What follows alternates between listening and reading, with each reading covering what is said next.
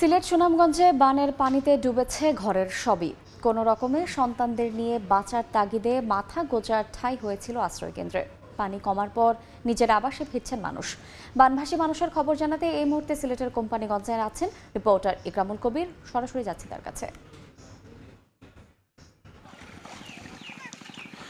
আমি এই মুহূর্তে আছি সিলেটের কোম্পানিগঞ্জ উপজেলার গুচ্ছ গ্রামে। এই গুচ্ছ গ্রাম পুরো গ্রামটি পানিতে তলিয়েছিল। শুধু এই গ্রাম নয়, কোম্পানিগঞ্জের 6 ইউনিয়নের 83টি গ্রাম এরকম পানিতে তলিয়েছিল। এই মুহূর্তে যদিও বাড়িতে পানি নেই, উঠোন এবং রাস্তার মধ্যে পানি আছে, কিন্তু এই যে বাড়িঘরগুলো দেখা যাচ্ছে, প্রত্যেকটি বাড়ি, এখানে 210টি পরিবার রয়েছে, প্রত্যেকটি ঘর এইভাবে তছনছ হয়ে গিয়েছে। কারণ এই ঘরের প্রায় চাল সমান পানি উঠে গিয়েছিল। গত ঈদের আগের দিন 16 তারিখ রাতে যে ভারী বৃষ্টি হয়েছিল এবং উজান থেকে এই যে চেরাপুঞ্জি, ভারতের চেরাপুঞ্জি সহ মেঘালয় থেকে যে প্রচণ্ড বেগে ধলাই নদী দিয়ে পাহাড়ি ঢল নেমেছিল, তখন এই বাড়িগুলো একেবারে তছনছ হয়ে গেল।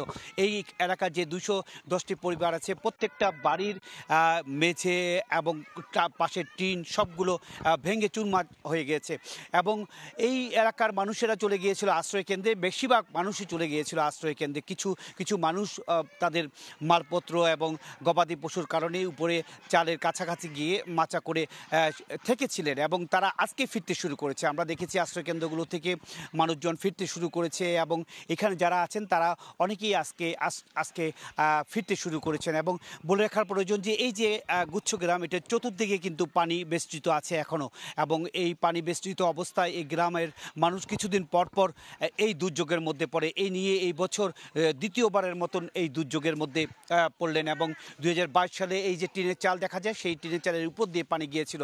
এই এলাকার খুব একটু নিচু জায়গা না হলেও এই এলাকার মানুষ চতুর্দিকে পানি বিস্তৃত থাকার কারণে বারবার এই পরিস্থিতির শিকার হচ্ছে।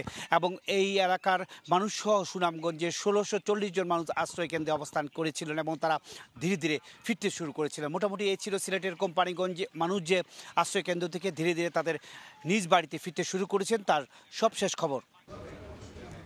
আমরা সরাসরি ছিলাম সিলেটের কোম্পানিগঞ্জে।